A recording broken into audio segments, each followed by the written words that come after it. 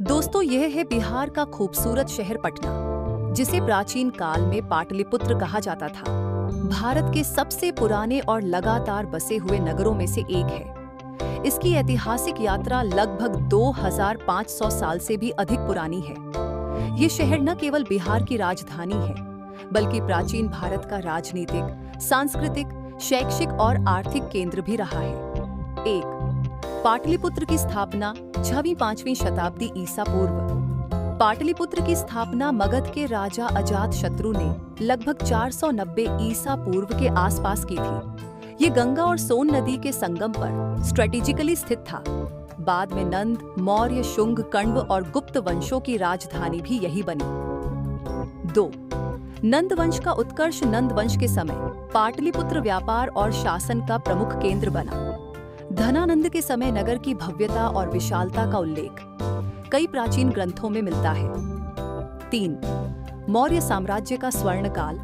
चंद्रगुप्त मौर्य 321 ईसा पूर्व। चंद्रगुप्त मौर्य ने एक विशाल साम्राज्य की नींव रखी और पाटलिपुत्र इसकी राजधानी बनी। चाणक्य, कौटिल्य भी इसी शहर में रहते थे और उन्होंने यहाँ अर्थशास्त्र की रचना की। सम्राट अशोक 268 से 232 ईसा पूर्व। अशोक के समय पाटलिपुत्र विश्व का सबसे समृद्ध और व्यवस्थित नगर था। अनेक स्तूप, विहार और सड़कें बनाई गईं। कलिंग युद्ध और उसके पश्चात बौद्ध धर्म के प्रसार के कारण पाटलिपुत्र वैश्विक बौद्ध केंद्र बन गया। मेगस्थनीज, ग्रीक राजदूत, ने अपनी पुस्तक इंडिका में पाटलिपुत्र की सुंदरता और प्रशासन की प्रशंसा की। 4. गुप्त साम्राज्य 4वीं से 6वीं शताब्दी ईस्वी।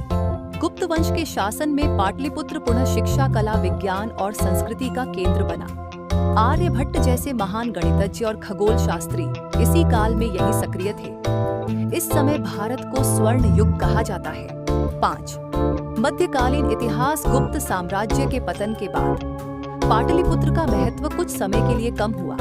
पाल वंश 8वीं से 12वीं शताब्दी ने बिहार में बौद्ध धर्म को पुनर्जीवित किया, लेकिन राजधानी पाटलिपुत्र नहीं रही। तुर्की आक्रमणों और मुगल सत्ता तक यह शहर फिर से विकसित होना प्रारंभ हुआ। 6. मुस्लिम शासन और शेर शाह सूरी 16वीं शताब्दी में शेर शाह सूरी ने पाटलिपुत्र को पुनर्जीवित किया और इसका नाम पटना पड़ा।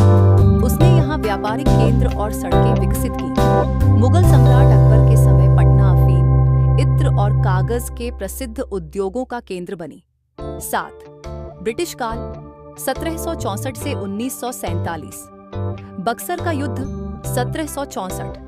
बक्सर के युद्ध के बाद बिहार का नियंत्रण ईस्ट इंडिया कंपनी के हाथ में आ गया। पटना व्यापार और प्रशासन का महत्वपूर्ण केंद्र बन गया। शिक्षा और विकास 1917 में पटना विश्वविद्यालय की स्थापना हुई, जो भारत का 7वां विश्वविद्यालय था।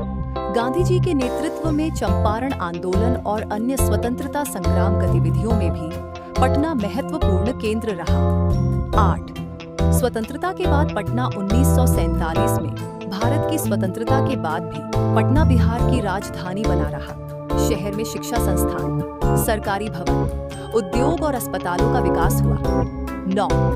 आधुनिक पटना। आज का पटना एक प्रमुख शहरी, प्रशासनिक, शैक्षिक और धार्मिक स्थल है। यहाँ नीति शतकम, गंगा नदी के घाट, गुरुद्वारा पटना साहिब, गोलघर, संजय गांधी जैविक उद्यान, बिहार संग्रहालय जैसे प्रसिद्ध स्थल हैं। ये शहर तेजी से विकसित हो रहे महानगरों में से एक है। संक्षेप में पटना का महत्व एशिया के सबसे प्राचीन, सतत बसे शहरों में शामिल कई महान साम्राज्यों की ऐतिहासिक राजधानी, बौद्ध, जैन और सिख धर्म का महत्वपूर्ण केंद्र, शिक्षा, संस्कृति और राजनीति का प्रमुख स्थल। तो दोस्तों, ये था बिहार का खूबसूरत शहर पटना। अगर आपको यह वीडियो पसंद आया हो तो इसे लाइक जरूर करें और चैनल को सब्सक्राइब करना न भूलें। धन्यवाद।